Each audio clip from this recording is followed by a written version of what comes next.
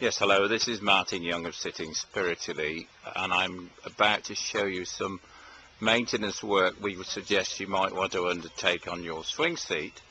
But let me just show you first this wonderful setting. We're at the award-winning Forde Abbey Gardens in Dorset, and we're by their great red pagoda, which now has a matching Harmony two-seater swirl back swing seat in it. The reason this pagoda is here is because of, you can just see in the centre of the lake there, the spout to what will be, when it comes on, it may come on while this video is on, a 165 foot high fountain, which sometimes gets carried by the wind.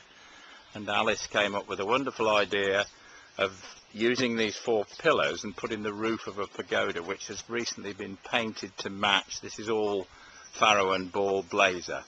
And I'm going to just quickly show you, if you can just bear with me to watch, quickly show you some maintenance work you might want to do on your swing seat to take advantage of this dry spell we've had, because the moisture content of the timber will be as low now as it's ever been.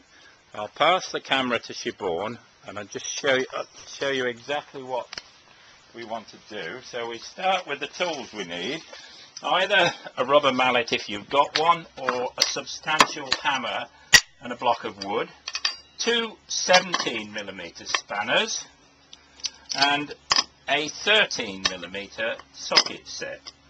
Okay, so what we're going to do first is to use the Morse's taper here and tap down the beam. So we put on block of wood, give it a tap, and then the same the other end, block of wood, give it a tap. So that will have locked it tighter together. Now I change over to 17mm spanners, locking the back with one and using the other. And this is only a few weeks ago we delivered this seat, but you can see there's still slack there to be taken up. That's one end, doing the same, locking the back, and some slack there again, taking that up.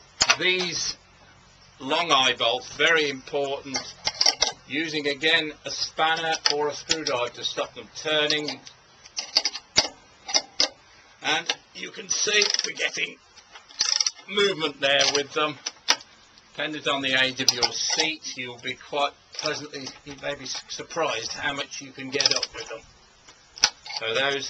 So you've done the beam, you've done the 2 eye bolts on the frame. We now turn our attentions to the seat. There are 4 shorter eye bolts. We're going to lock one with the spanner here, give it a 1, 2, 3. You can see that tightens up. You've got 1, 2, 3, 4 of those.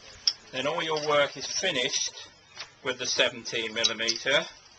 Turning your attention to the 13mm, what we're going to do, if you bring the camera right round here, Siobhan, so they can see, come round the back here so they can see. Look, there are 10 of these, 5 each side, and if you watch carefully, look, 1, 2, even after a few weeks there's a little bit of slack there to take up.